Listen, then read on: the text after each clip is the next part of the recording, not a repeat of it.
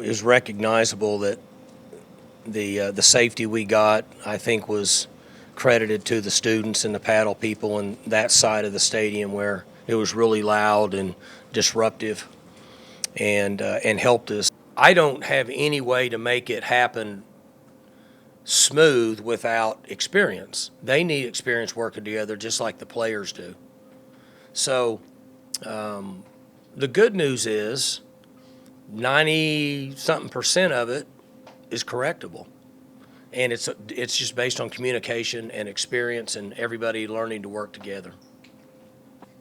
Maybe you can review offsides, and I've never been told that because I've never asked it.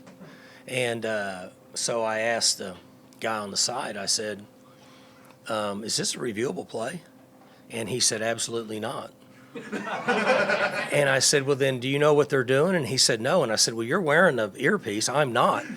And he said, I have no idea what they're doing. Defense.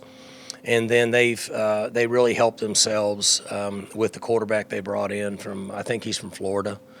He's athletic. He can run, makes plays with his legs, throws a deep ball well.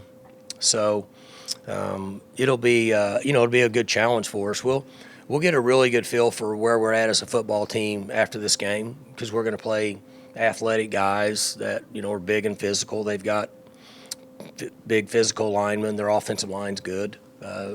We'll be challenged in those areas, so we'll get a good feel for where we're at. But we have to control their quarterback first. He's a good player. He throws a deep ball really well and makes plays with his legs. If you don't contain him, he's going to take off and run. He can really hurt you.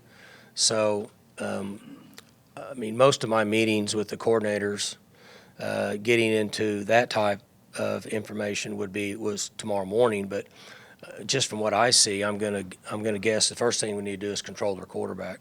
I think the first thing is money took over.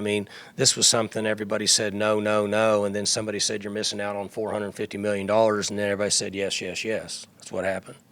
That's real clear cut. Now, do I think it's best? I don't think college football is broke, so I'm not sure why we're trying to fix it. Now, I know why we're trying to fix it because they're talking about $450 million divided by 65 schools is what I was told. I could be wrong, so don't quote me on that. But my point being is the reason college football is a hot commodity and it's a great stock right now is because every game matters in college football. That's why people watch it. There's really 12 teams that you say, hey, they can legitimately win national championship.